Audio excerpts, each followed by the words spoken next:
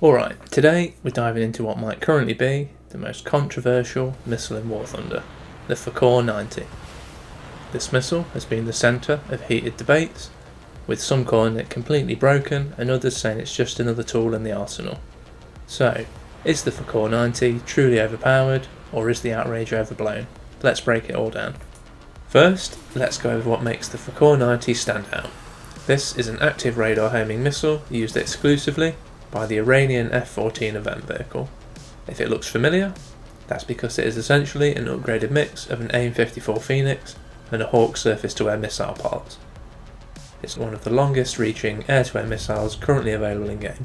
Much like the AIM-54, the Fakour-90 is a true Fox 3 missile, meaning it has an active radar seeker. This allows the missile to go fully autonomous after a certain point, reducing the need for the launching aircraft to maintain its radar lock. Being able to guide via its own radar from around 16 kilometers, this gives it some major advantages but also a few drawbacks. So, why is this missile causing so much controversy? There are a few key reasons. First is its range. With a launch window far beyond most other radar missiles, it forces players to adapt to a new kind of threat. It's capable of sniping from great distances, with some players feeling there's no counterplay. Second is its speed. The Fakour-90 is surprisingly agile for its size, making it harder to dodge than many players initially expect, due to the missile closing the gap much faster than the Phoenix or other similar missiles. Finally, its overall effectiveness in the current War Thunder meta. Given the prevalence of BVR combat and improvements to radar systems, the Fakour-90 can feel quite oppressive, especially in up tiers, where opponents may not have comparable weapons or even fully functioning radar warning receivers. Due to the size of the missile, its splash damage can even hit multi-pathing planes. Now, let's talk about whether the Fakour-90 is truly overpowered, or if it just has a steep learning curve for counterplay. Yes, the range is much greater than anything else at this BR range, but it is still a Fox 3 missile, meaning it can be defeated with proper defensive tactics, such as notching, chaff, and terrain masking. Additionally, high altitude launches are the biggest threat, but if you are flying low and staying unpredictable, you significantly reduce your chances of getting hit.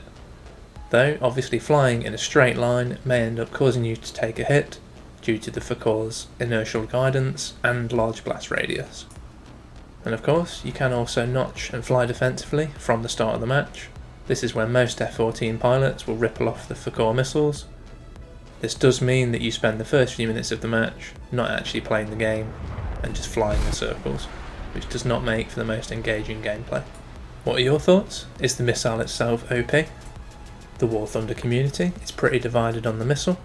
Some players argue that it needs a nerf due to its long-range dominance, or to increase the BR of the Iranian F-14 to compensate, while others think it's only strong because many players don't know how to properly counter it at this BR range.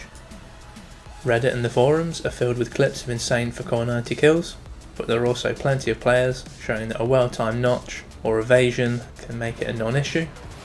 So what do you think? Is the Fakour-90 a game-breaking addition, or is it just another weapon that players need to adapt to?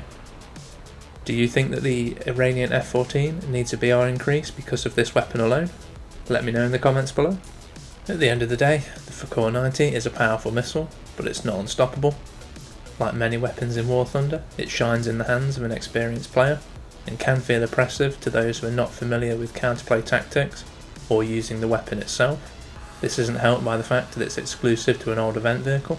Whether it stays as is or gets nerfed in a future update remains to be seen, but one thing's for sure, it's one of the most controversial missiles in the game right now. Let me know in the comments below what you think, and if you enjoyed this breakdown, don't forget to like, subscribe, and hit the notification button for more War Thunder content. Thanks for watching.